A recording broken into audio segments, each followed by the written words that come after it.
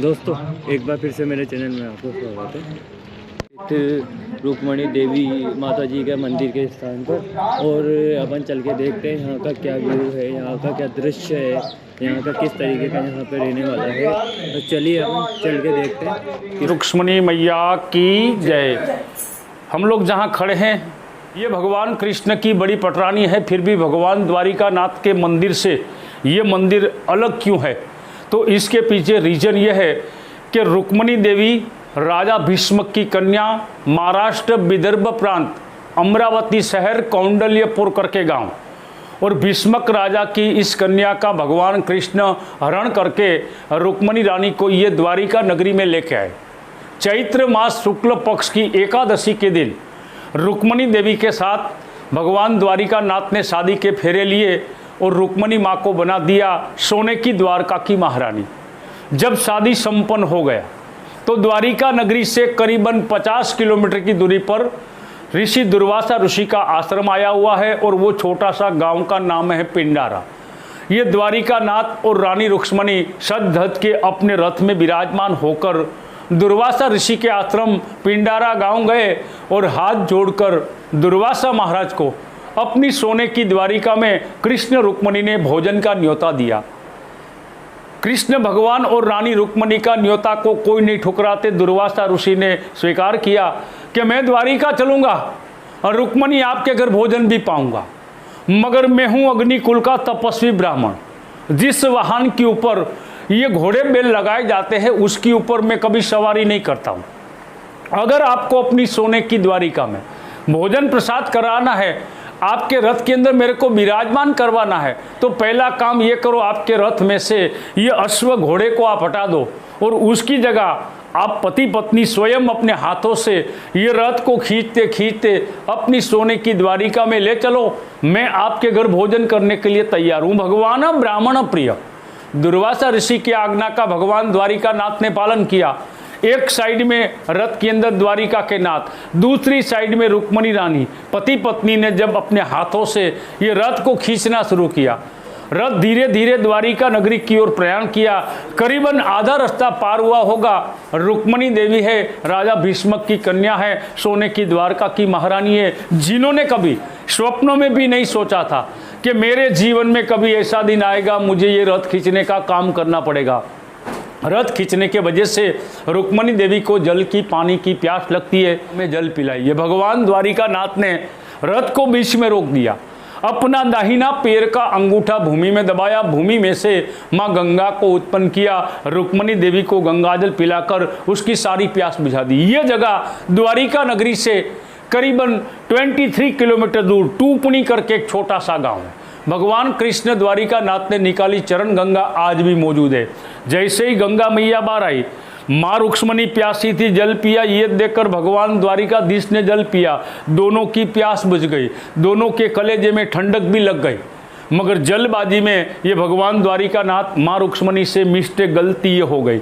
रथ में विराजमान माँ मुनि दुर्वासा ऋषि को पूछना चाहिए, महाराज आपको जल प्रसाद पीना है कि नहीं। दुर्वासा महाराज को नहीं पूछा। दुर्वासा ऋषि है, वो क्रोधी ऋषि है, उसको गुस्सा आ गया। उसने भगवान कृष्ण और माता रुक्मणी को श्राप दे दिया। पहला नंबर का श्राप माँ रुक्मणी को दिया कि देवी आपने क्या समझकर ब्राह्मण को घर भोजन के लिए बुलाया। रुक्मणी तूने ब्राह्मण को भोजन नहीं करवाया, जल का पानी का आग्रह नहीं किया, आपने ऋषि कुल का, गुरुकुल का अपराध किया है। देवी मैं आपको श्राप देता हूं कि तुम भगवान द्वारिका नाथ को इतना प्यार करती हो, इतना चाहती हो, मेरा श्राप रहेगा आपकी द्वारिका नगरी में आपका और भगवान द्वारिकाधीश का 12 साल का जुदाई हो जाएगा। तो भगवान के वियोग में ये पवित्र भूमि जहां आप खड़े हो वहाँ 12 साल तप और भक्ति किया। इसके फलस्वरूप ठाकुर जी का मंदिर गांव में है। माँ रुक्मणी बड़ी पटरानी है, फिर भी भगवान से ये 2 किलोमीटर की दूरी पर विराजमान है। All over India, all over Hindustan के अंदर रुक्मणी देवी का प्राचीन मंदिर सिर्फ 2 जगह के ऊपर आया हुआ है। एक मंदिर ये द्वारिका नगरी में, दूसरा मंदिर महाराष्ट्र के अंदर पंढरपुर में विठ्ठल रुक्मणी का मंदिर है। इस मंदिर का निर्माण भगवान का परपोता राजा वज्रनाभ ने इस प्राचीन मंदिर का निर्माण किया है। दूसरा नंबर का श्राप भगवान द्वारिका नाथ को दिया मेरी आज्ञा के बिना। आपने गंगा को उत्पन्न किया, रुक्मणी देवी को आपने गंगाजल पिलाया। हे द्वारिका के नाथ, मैं आपकी द्वारिका नगरी को श्राप देता हूं कि आपकी द्वारिका नगरी वो कली काल में सोने की द्वारिका होगी, 4 धाम 7 पुरी में प्रमुख द्वारका होगी। आपकी द्वारिका नगरी में आने वाले हर यात्री को यहाँ तन की मन की शांति मिलेगी, मरने के बाद उस आत्मा को यहाँ मोक्ष गति प्राप्त होगी। इसलिए द्वारिका नगरी को मोक्षपुरी धाम भी कहा जाता है। मगर मेरा श्राप रहेगा, आपकी द्वारिका नगरी में आज जीवन कभी पीने के लिए मीठा पानी नहीं मिलेगा। आपकी भूमि का पानी हमेशा के लिए नमकीन वाला सोल्टी खारा पानी बन जाएगा। वो समुद्र महाराज का नमकीन वाला खारा पानी मिलता है। 12 साल परिपूर्ण हुआ। भगवान द्वारिका नाथ और माता रुक्मणी ने दुर्वासा महाराज का पूजन किया, अर्चन किया। वो दुर्वासा ऋषि ने पति पत्नी को जैसे श्राप दिया था ऐसे आशीर्वाद प्रदान किया। आशीर्वाद ये दिया कि जो यात्री यात्रा के नाम से द्वारिका नगरी में आएंगे, आप भगवान द्वारिकाधीश का दर्शन करके चाहे कितना भी दान धर्म करके अपने गांव चले जाओ, घर जाके बोलो मैं द्वारिकाधीश की यात्रा करके आया, आपकी आधा यात्रा होती है। मां रुक्मणी को दुर्वासा ऋषि ने आधा यात्रा की मालकिन बनाया। इसका दर्शन करने से यात्रा परिपूर्ण होती है और यहाँ आने वाले यात्री मां रुक्मणी का दर्शन करते हैं। दर्शन करने के बाद जब आप नीचे उतरोगे, सामने पटांगण में पानी का प्याऊ है, वहाँ पे आपको जाना है। माता रुक्मणी का प्रसाद समझकर, गंगाजल समझकर आपको यहाँ जल का प्रसाद लेना है। दूसरा मेन कार्य ये मंदिर में यहाँ जल का पानी का दान। आपके घर में, परिवार में, कुटुंब में, 7 पीढ़ी में अगर कोई छोटा बड़ा, दादा दादी, माता पिता, भाई बहन, बेटा बेटी, चाचा चाची मौत से बेमौत से गुजर गए, किसी ने द्वारिका नाथ माँ रुक्मणी की यात्रा किया, किसी ने नहीं किया, पितृ शांति के लिए ये मंदिर में जल का पानी का दान करने की बड़ी महिमा है। यहाँ जो जल आता है वो 20 किलोमीटर दूर ट्रक टैंकर के माध्यम से पानी आता है। उसका 4 हिस्सा होता है। पहला हिस्सा पानी का प्याऊ के लिए जाता है, आने वाले यात्री माता का प्रसाद समझकर पानी पीते हैं। दूसरा हिस्सा गौ माता के लिए जाता है। तीसरा हिस्सा ये गेट के बाहर जहाँ साधु वो भिक्षावृत्ति करने बैठे उनके लिए जाता है। आखिरी हिस्सा ये जगदम्बा का सुबह अभिषेक होता है, दोपहर को 12 बजे माता को जो महाभोग नैवेद्य लगता है उसके अंदर ये जल का इस्तेमाल होता है। अगर किसी यात्री की इच्छा है, मर्जी है कि अपने परिवार के नाम से ये देवी के दरबार में पानी का दान करना है, कोई पूरा महीना भर पानी का दान करे तो 9,000 रुपया लगता है।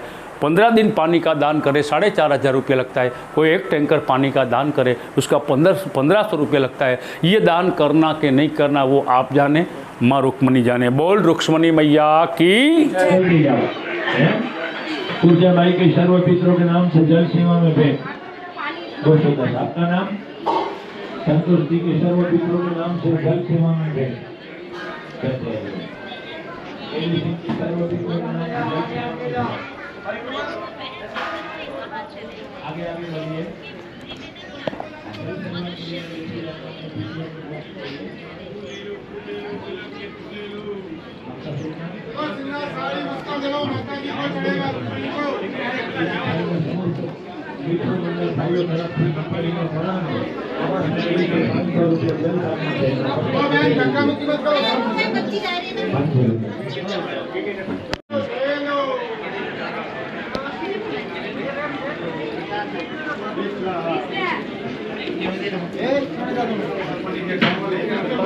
वो खाएगा।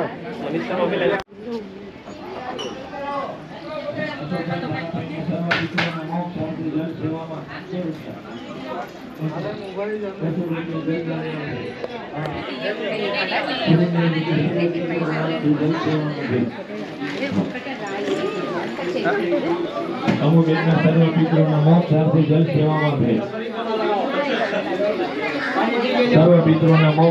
तो दोस्तों ये था कुछ रुक्मणी का मंदिर का स्थान जो आपको मैंने दिखाया हुआ। और मंदिर आपने देखा, अंदर में से फोटोग्राफी अलाउड नहीं था, वरना आपको मंदिर के अंदर भी अंदर ले जाके दिखाते। और आपको कैसा लगा बताइएगा। अब अपन चल रहे हैं मंदिर के नेक्स्ट की ओर, चलिए।